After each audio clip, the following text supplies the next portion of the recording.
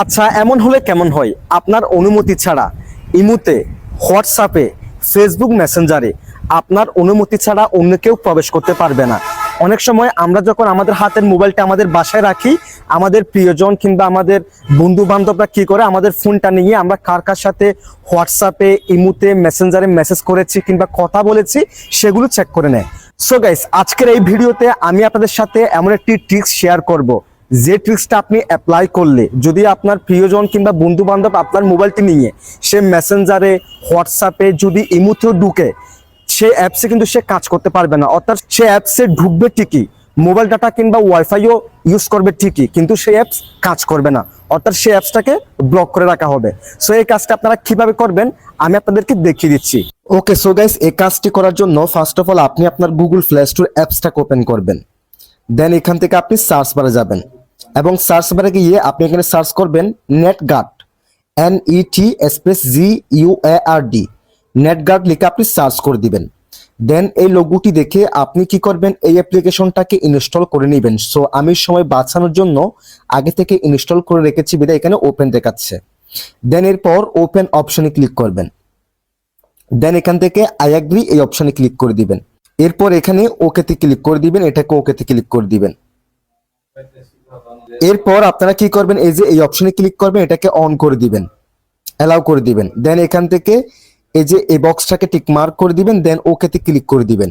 এটাকে অন করে দেওয়ার পর এরকম একটি ইন্টারফেস শো হবে। দেন এখান থেকে এই যে এটাকে ওকে করে দিবেন, দেন এটাকে ওকে করে দিবেন, দেন এটাকে ওকে করে দিবেন। ঠিক আছে, এগুলোকে ওকে করে দেওয়ার পর এরকম একটি ইন্টারফেস শো হবে এবং দেখেন এখানে আপনার ফোনের যতগুলো অ্যাপস আছে প্রত্যেকটা অ্যাপস এখানে শো করবে, প্রত্যেকটা অ্যাপস এখানে দেখাবে। ঠিক আছে, সো দেখেন আপনারা অনেকেই আছেন ওয়াইফাই ইউজ করেন, আবার অনেকেই আছেন মোবাইল ডাটা ব্যবহার করেন। দেখেন, সো আপনি যদি ওয়াইফাই ব্যবহারকারী হয়ে থাকেন, আপনি যদি এখানে ধরেন আপনি ফর এক্সাম্পল আমি এখানে একটা অ্যাপস নিচ্ছি, দেখেন এই যে ইউটিউবটা, এই যে দেখেন আমি যদি ওয়াইফাই অপশনে ক্লিক করি তাহলে আপনার ফোনের যদি ওয়াইফাইটা কানেক্ট থাকে, হ্যাঁ, ওয়াইফাই কানেক্ট থাকা অবস্থায় আপনি যদি ইউটিউবে প্রবেশ করেন তাহলে ইউটিউব অ্যাপসটি কাজ করবে না, অর্থাৎ নেটটা ব্লক হয়ে যাবে, ইউটিউব অ্যাপসটা নেট নিবে না।